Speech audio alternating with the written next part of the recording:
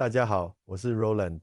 再过几天，也就是2月12日，新加坡就会公布2026年预算案。在这之前，我想先问你一个问题：如果你回头看2025年这一整年，你对上一份预算案的总体感受是什么？新加坡政府在2025年2月18日发布了2025预算案 （Budget 2025），核心围绕与民众息息相关的6大重点：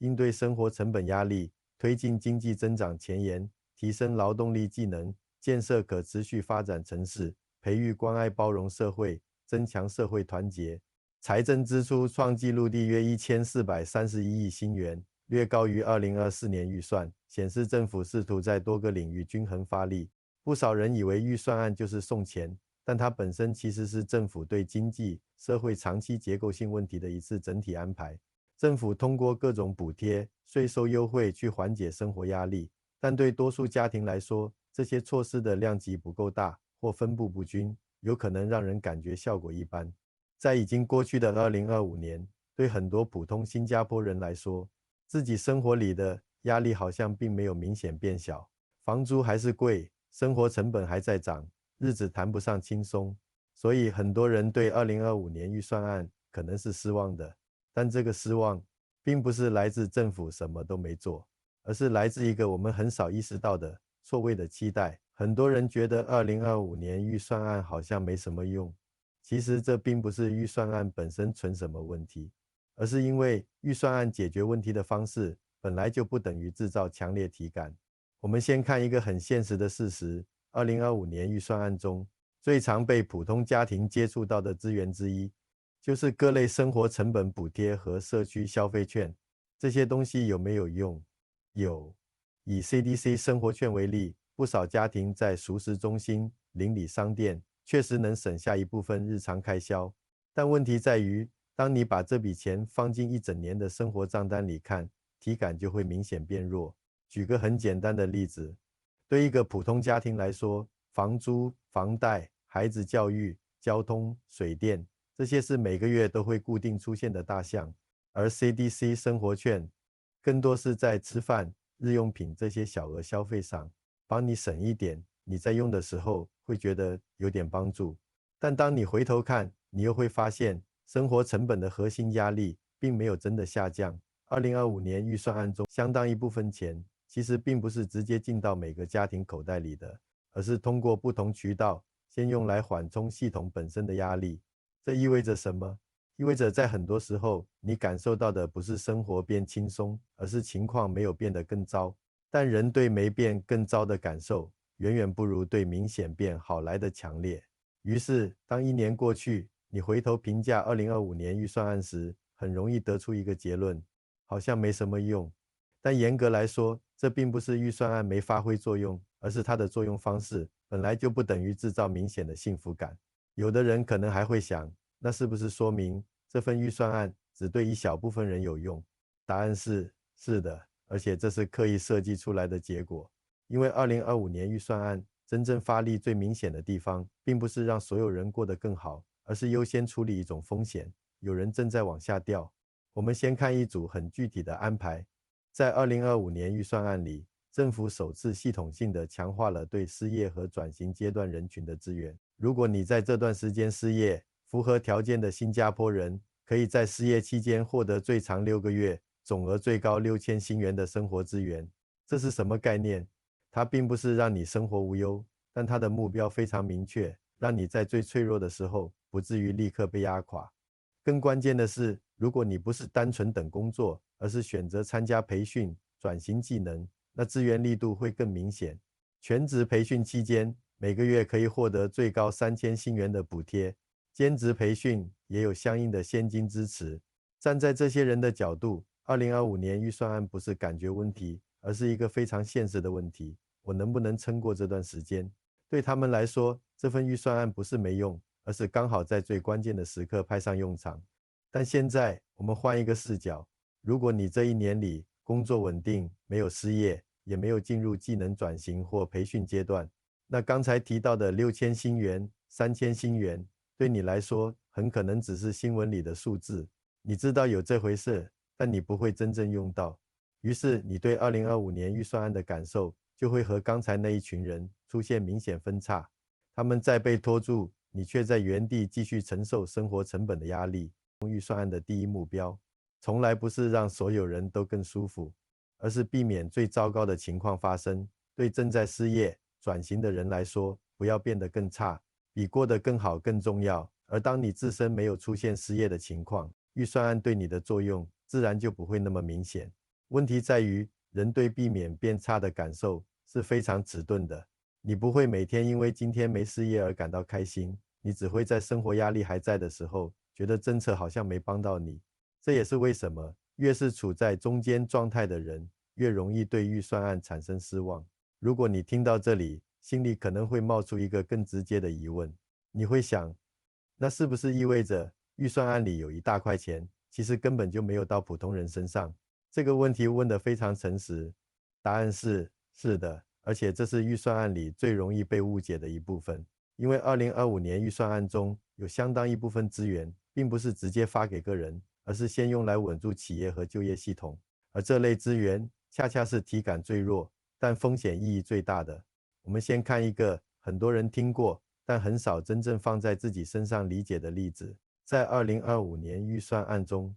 企业可以获得50%的公司税回扣，上限是4万新元。即使企业没有盈利，只要是活跃企业，也能拿到至少2000新元的现金支持。当你看到这种政策时，第一反应往往是，这不是在帮公司吗？跟我有什么关系？但从政府角度看，这其实是在处理一个更底层的问题。如果企业撑不住，接下来出问题的往往不是利润，而是工作岗位。换个角度想一想，对一家中小企业来说，这几万块的税回扣并不会让老板突然变富，但它可能刚好够用来扛过一段现金流最紧的时候，不裁掉1-2个员工，或者延迟一次不得不做的缩减。而对员工来说，你感受到的结果不是收入增加，而是你还在上班。但问题就在这里，人对没出事的感受是非常迟钝的。你不会每天因为今天公司没有裁员而感到庆幸，你只会在生活压力依然存在的时候，觉得预算案好像没帮到你。这也是为什么企业相关的预算在舆论里经常被贴上一个标签，感觉不到，不是因为它没用，而是因为它的作用本来就是在事情发生之前把风险挡掉，而不是在事情发生之后，再让你明显感觉被救了一把。再把这件事放回到你自己的体验里，如果这一年里你的公司没有突然倒闭，没有大规模裁员，没有出现极端动荡，那很有可能你正是这些间接预算的受益者之一。只是这种受益不会被你直接归因到预算案，你只会觉得我还在撑，但生活也没有变好。于是企业资源、就业稳定、系统缓冲，在个人体感里就会被自动忽略。到这里，我们其实已经能看清一个完整的轮廓了。2025年预算案并不是一份让人感觉很好的预算案，它更像是一套尽量不让情况变得更糟的防护网。而问题在于，当你站在网里面，你很难因为没掉下去而感到满足，你只会在生活依然吃紧的时候，觉得这一切好像没什么意义。所以，如果你现在回头看，觉得预算案没什么感觉，很可能不是因为它什么都没做，而是因为他做的很多事刚好发生在你看不见也感觉不到的地方。讲到这里，其实有一件事已经呼之欲出了。很多人对2025年预算案失望，并不是因为它完全没用，而是因为我们在心里把它当成了一种万能解决方案。但预算案从一开始就不是干这个的，它的能力边界其实非常清楚，只是很少有人愿意把这条线画出来。我们先从你最有感觉也最容易失望的地方说起，房租。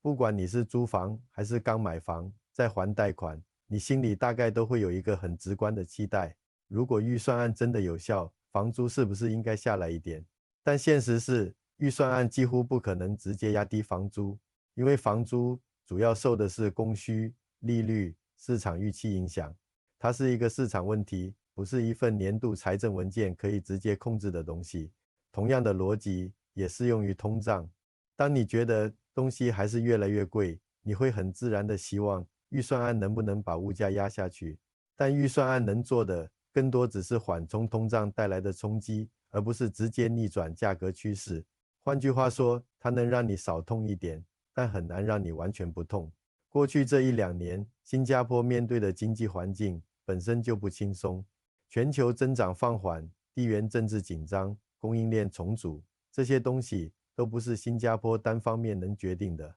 所以你会看到一个现实情况，经济仍然在增长，但增长速度在放慢，工作还在，但生活成本压力并没有消失。在这种背景下，预算案的角色更像是一个缓冲器，而不是一个方向盘。它可以帮你减震，但不能帮你改变整条路的走向。问题就在这里，当我们期待预算案去解决房租、物价、长期生活焦虑这些问题时，失望其实是从一开始就写好的结局。因为这些问题本来就不是预算案能一刀切解决的东西，而当你把这些压力全部投射到预算案身上，你最后得到的只会是更大的情绪落差。讲到这里，其实我们已经不需要再争论2025年预算案到底好不好了。真正更重要的问题是，在2月12日2026年预算案公布的时候，你到底该怎么看？如果你还是用过去那种方式去看，只盯着给了多少钱，有没有立刻让我轻松，那我可以很直接的说一句，你大概率还是会失望。不是因为2026年预算案一定不好，而是因为你用错了判断方式。回头看2025年预算案，其实已经给了我们一个非常清楚的说明书。它告诉我们的不是答案，而是一套逻辑。第一，预算案优先解决的从来不是让所有人感觉更好，而是控制风险，避免下坠。第二，很多资源是分阶段、分人群、分场景发生的，体感本来就不会集中，不会强烈。第三，真正影响你生活的很多压力，房租、物价、全球经济环境本来就不在预算案的直接控制范围内。如果你把这3点想清楚，你再去看2026年预算案，心态会完全不一样。2025年预算案不是没做事，而是我们很多人一开始就对它放错了期待的位置。当你把预算案当成立刻让生活变轻松的答案，失望几乎是一定的。但当你把它当成一套用来挡风险、拖底线、稳结构的工具，很多事情反而会看得更清楚。2月12日，2026年预算案就要公布了。这一次，希望你不是带着会不会再次失望的心情去看，而是带着一个更冷静的问题：它到底在拖什么？又有哪些事情本来就不该指望它解决？也欢迎你在评论区告诉我，你对2025年预算案最大的失望点是什么？你又最希望2026年预算案真正解决哪一个问题？如果你希望继续用这种方式一起把新加坡的经济问题讲清楚，记得订阅，我们下期再聊。